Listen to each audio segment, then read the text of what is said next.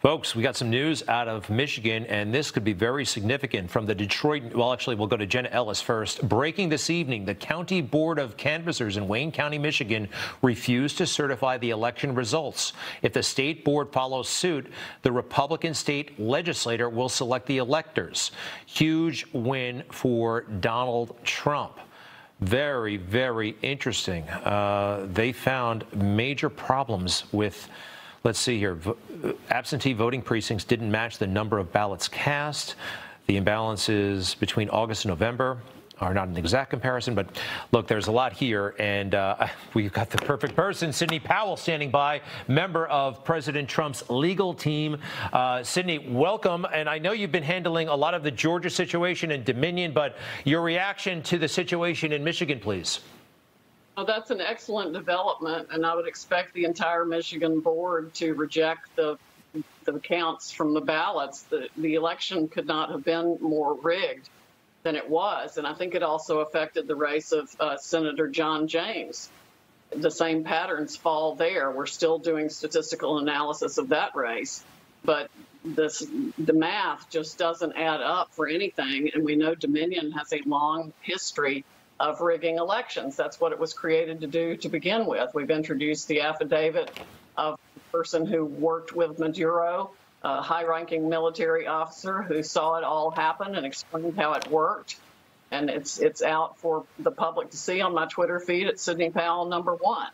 So don't tell me there's no evidence of fraud. We've got increasingly mounting evidence of significant fraud across multiple states that casts into question the validity of the elections in every swing state, including Nevada and Arizona and Michigan, Wisconsin, Georgia, and it went beyond that too. You know, regarding Dominion, you've raised this, and we saw the letter last night. People like Elizabeth Warren, Amy Klobuchar have raised significant concerns about Dominion. Now they're trying to make it seem like a right-wing, wacko conspiracy concern, even though people like PBS were raising serious issues about Dominion just before the election. I heard you say today Dominion, the software, was actually designed to be hacked, and I'm looking at one of the agreements they had with the County of Santa Clara on, this is a contract between them and Dominion. Item 226 allows staff to adjust tally based on review of scanned ballot images. Look, you're the lawyer. I'm no tech expert, but that sounds very, very funky to me. And worse than that, it had a back door so it could be manipulated by anyone who could access it through that back door. And that was a deliberate feature. The affidavit of the young military officer we provided yesterday to the public explains how it was created for that very purpose. So Hugo Chavez would never lose another election. And he did not after that software was created. He won every single election, and then they exported it to Argentina and other countries in South America, and then they brought it here. And it's a foreign company, no matter how you look at it. So they've already violated the president's order against foreign interference in our elections. Our votes were actually eventually counted in Barcelona, Spain, or Frankfurt, Germany, on foreign servers. It's absolutely stunning. And what's really stunning is the effort that is being mounted against getting the truth out on this. But you have to realize that every tech company, every media company, every social media company, scads of globalist corporations have been doing business in countries with these dictators that have been installed through this rigged election system for decades. The corruption is actually worldwide. It is going to upset a countless number of elections across this country and around the world. All right. But we need to do that to get rid of the corruption. It does make a lot of sense now how Joe Biden campaigned, i.e. not campaigning. Their team seemed to know something. If this is true about Dominion, and I suspect it is. By the way, regarding, well, okay, so we have these concerns. You've got your whistleblower. Who do you bring this to? Like, what happens next? What body do you have to implore to take action? Well, we can add a fraud claim to any of the states in which litigation has already been filed as soon as we can get the the rest of the material together that I'm still in the process of collecting, because frankly, witnesses are coming forth every day that are fed up with the corruption in Dominion and in the states and the counties and the country.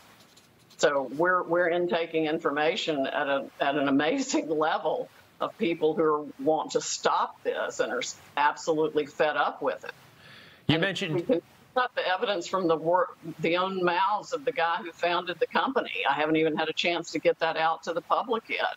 But they admit, the founder of the company admits he can change 1 million votes, no problem at all. The founder of Dominion admitted a long time ago, recently to you. Tell us more, please. Publicly. I will tweet out the video later and I'll tag you in it. Please do. At Greg Kelly USA, if you don't mind. That's pretty wild. Oh, by the way, what can you tell us about, you mentioned the whistleblower. There is a whistleblower. Remember, whistleblowers who are against President Trump are hailed as heroes and deified. What can you tell us about this individual? The one who gave us the affidavit? Yes. He was a high-ranking military officer. He was very close to Hugo Chavez.